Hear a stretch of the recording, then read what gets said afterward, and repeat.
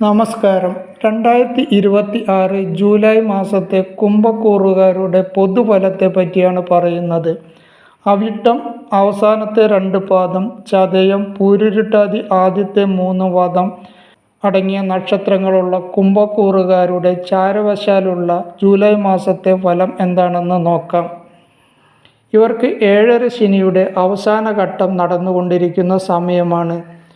തൊഴിൽപരമായി നോക്കുകയാണെങ്കിൽ തൊഴിലിൽ മികവ് പ്രകടിപ്പിക്കുവാൻ കഴിയുന്ന ഒരു സമയമാണ്. സ്ഥാനക്കയറ്റവും അംഗീകാരവും പ്രശസ്തിയും ഒക്കെ ഈ സമയത്ത് വന്നു ചേരും.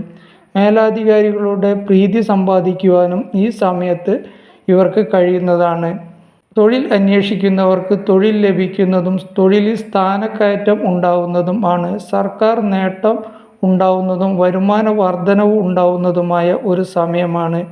ബിസിനസ് നടത്തുന്നവർക്ക് ഈ സമയത്ത് കുറച്ച് ശ്രദ്ധിക്കേണ്ടത് ആവശ്യമാണ്. പങ്കാളിത്ത ബിസിനസ്സുകാർ കൂടുതൽ ശ്രദ്ധിക്കേണ്ടതുണ്ട്. ഏതെങ്കിലും രീതിയിലുള്ള അഭിപ്രായ വ്യത്യാസങ്ങൾ ഉണ്ടായെങ്കിൽ അത് അപ്പോൾ തന്നെ പരിഹരിക്കേണ്ടതുണ്ട്. രേഖകളെല്ലാം അതീവ ശ്രദ്ധയോടെ കൈകാര്യം ചെയ്യേണ്ട സമയം കൂടിയാണ്. ആരോഗ്യകരമായി ശ്രദ്ധിക്കേണ്ട ഒരു സമയമാണ്. ചെറിയ ചെറിയ അസുഖങ്ങൾ വരുമ്പോൾ തന്നെ ചികിത്സിക്കേണ്ടതുണ്ട്. ഉദര സംബന്ധമായും മറ്റും അസുഖങ്ങൾ, മാതാവിന് ഏതെങ്കിലും രീതിയിൽ അസുഖങ്ങൾ ഉണ്ടെങ്കിൽ അതിന് തക്കതായ ചികിത്സ നൽകേണ്ടതുണ്ട്. അത്ര ബുദ്ധിമുട്ടുകളൊന്നും ഉണ്ടാവുന്ന സമയമല്ല. വീട്, വസ്തു, വാഹനം ഇവ വാങ്ങുവാൻ ആഗ്രഹിക്കുന്നവർക്ക് അത് നടന്നു കിട്ടുന്നതാണ്. വീട് പുതുക്കി പണിയാൻ ആഗ്രഹിക്കുന്നവർക്ക് അതും നടന്നു കിട്ടുന്നതാണ്. സാമ്പത്തികമായി പറയുകയാണെങ്കിൽ അപ്രതീക്ഷിതമായ ധനനേട്ടം ഉണ്ടാവുന്നതാണ്. വായ്പ ലഭിക്കുവാനും സാധ്യതയുണ്ട്.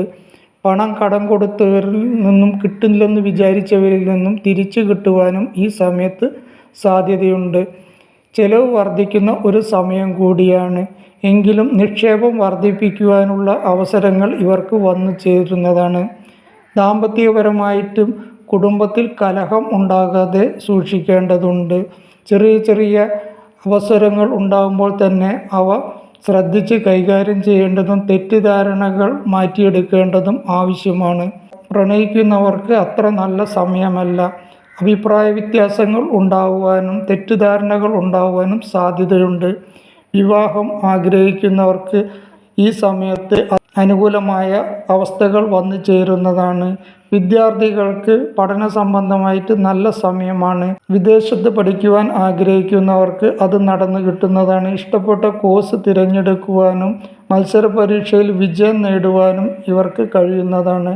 7.5 ശനിയുടെ കാലം ആയതുകൊണ്ട് തന്നെ എന്ത് ചെയ്യുമ്പോഴും പതിവിൽ കൂടുതൽ ഒരു ജാഗ്രതയും ശ്രദ്ധയും ഈ സമയത്ത് ഉണ്ടാവേണ്ടതുണ്ട്. ഇവർക്ക് ദോഷഫലങ്ങൾ കുറഞ്ഞു കിട്ടുന്നതിനും ഗുണഫലങ്ങൾ കൂടുതൽ ലഭിക്കുന്നതിനുമായി ഹനുമാൻ ചാലീസ നിത്യവും ജപിക്കുന്നതും ശിവക്ഷേത്ര ദർശനം നടത്തുകയും വിഷ്ണു ക്ഷേത്ര ദർശനം നടത്തുകയും വഴിപാടുകളൊക്കെ ചെയ്യുകയും ചെയ്താൽ ഇവർക്ക് ഈ സമയത്ത് ഉണ്ടാവാൻ സാധ്യതയുള്ള ദോഷഫലങ്ങൾ കുറഞ്ഞു കിട്ടുകയും ഗുണഫലങ്ങൾ കൂടുതൽ ലഭിക്കുന്നതുമായിരിക്കും.